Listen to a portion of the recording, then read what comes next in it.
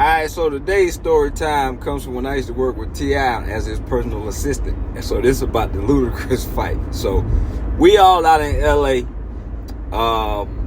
at the hotel chilling. We hear about an industry party going on in Hollywood, you know what I mean? So at this time, Ludacris had dropped that verse on that Young Buck song. You know, he said, "Please stay off the TIP," which was a hard verse, by the way. But anyway, he had dropped that verse, so Tip had been in his feelings about that shit for a couple weeks.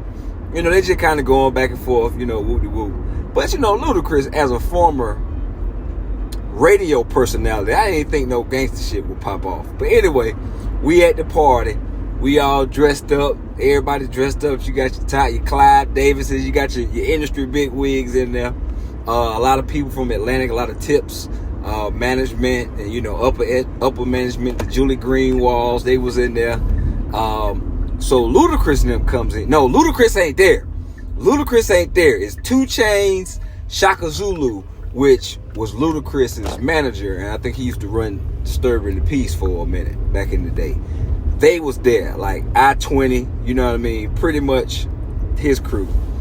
So, soon as Tip see these niggas, he just beelines over there because he looking for some fuckery, you know what I mean? And, man, I lock eyes with a couple of people from my entourage, so we kind of get near just in case something jump off. Next thing you know, I see Tip put his arm around Shaka like he was having a private conversation. And Shaka Zulu say, "Oh, nigga, you ain't nothing but a rapper." But next thing you know, Tip 2-piece that nigga, bro. They went to the floor. So then, like, it just was like a little scuffle, you know. I think 2 Chainz and was trying to break it up, but I know 2 Chainz ended up on the ground. And I ain't gonna lie, man, I'm a 2 Chainz fan, but I got me a little kick in, you know what I mean? Just to say I got my finger, just to say I got my hands dirty during the scuffle. But yeah, we get back in the car. One of the Tip homeboys talking about, I see you. I was like, hey, you know what I mean? I got to do what I can for the cause.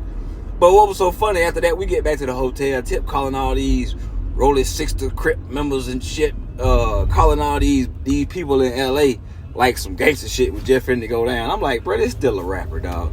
And nothing else ever happened after that incident. But to make a long story short, Tip did whoop Shaka Zulu ass though.